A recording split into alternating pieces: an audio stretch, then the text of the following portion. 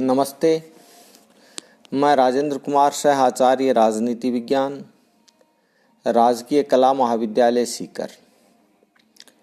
जैसा कि पिछली कक्षाओं में हमने समानता के अधिकार के ऊपर चर्चा की, जिसमें अनुच्छेद 14 विधि के समक्ष समानता और विधियों का समान संरक्षण, अनुच्छेद 15 धर्म, मूल, वंश, जाति, लिंग, जन्म स्थान के आधारों पर विभेद का प्रतिषेध और अनुच्छेद 16 सार्वजनिक नियोजन के मामलों में अवसर की समानता पर चर्चा कर चुके हैं।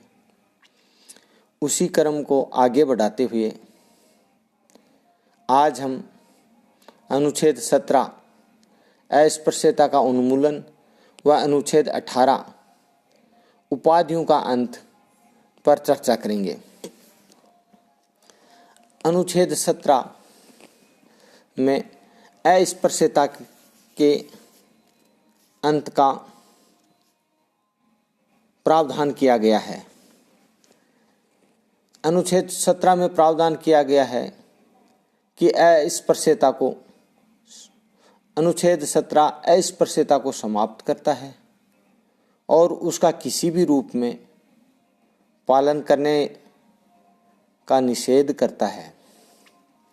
इस अनुच्छेद का उद्देश्य यह है कि साथ रहने वाले कतिपय मनुष्यों को कतिपय जातियों में उनके जन्म के कारण गंदा तथा अस्पृश्य माने जाने के अमानवीय आचरण को समाप्त किया जाए।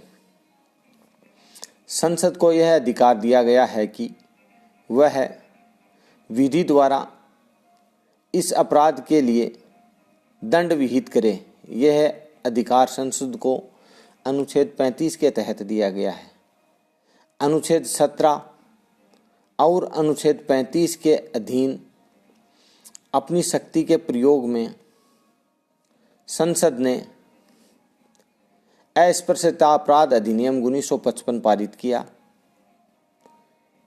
इसका संशोधन और पुनः नामकरण होकर अब यह 1976 से सिविल अधिकार संरक्षण अधिनियम 1955 हो गया है। अस्पृश्यता के अपराध के लिए दोष सिद्ध व्यक्ति संघ या राज्य विधानमंडल के लिए निर्वाचन के लिए अयोग्य होगा। People's Union for Democratic Rights बनाम भारत संघ के मामले में उच्चतम न्यायालय ने यह अभी निर्धारित किया है कि अनुच्छेद 17 द्वारा प्रदत्त मूल अधिकार केवल राज्य के विरुद्ध ही नहीं वरन प्राइवेट व्यक्तियों के विरुद्ध भी उपलब्ध हैं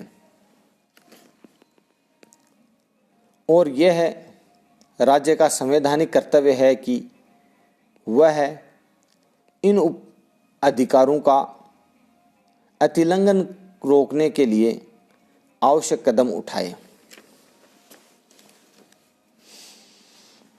अनुच्छेद 18 उपाधियों का अंत। उपाधि किसी के नाम के साथ जुड़ी हुई संज्ञा होती है। अनुच्छेद 18 राज्य के किसी भी व्यक्ति को, चाहे वह नागरिक हो या विदेशी, को उपाधियां प्रदान करने से मना करता है। इस प्रकार यह अनुच्छेद ब्रिटिश शासन काल में प्रचलित सामंतशाही परंपरा का अंत करता है। अनुच्छेद 18(1) में प्रावधान किया गया है कि सेना या विद्या संबंधी उपाधियों को प्रदान करने की अनुमति देता है। यानी अनुच्छेद 18(1) सेना या विद्या संबंधी उपाधियों को प्रदान करने की अनुमति देता है, क्योंकि उनसे व्यक्तियों में देश की सैनिक शक्ति को मजबूत करने तथा देश की प्रगति के लिए आवश्यक वैज्ञानिक विकास करने को प्रोत्साहन मिलता है। अनुच्छेद 18 का खंड 2 भारत के नागरिकों को किसी विदेशी राज्य से कोई उपाधि स्वीकार करने का प्रतिषेध करता है। या अनुच्छेद 18(2) में भारत के नागरिकों को किसी विदेशी राज्य से कोई उपाधि स्वीकार करने का प्रतिषेध किया गया है। अनुच्छेद 18(3) के अनुसार कोई विदेशी व्यक्ति जो राज्य के अधीन किसी विश्वसनीय पद पर है, बिना राष्ट्रपति की सम्मति के किसी विदेशी राज्य से कोई उपाधि स्वीकार नहीं कर सकता।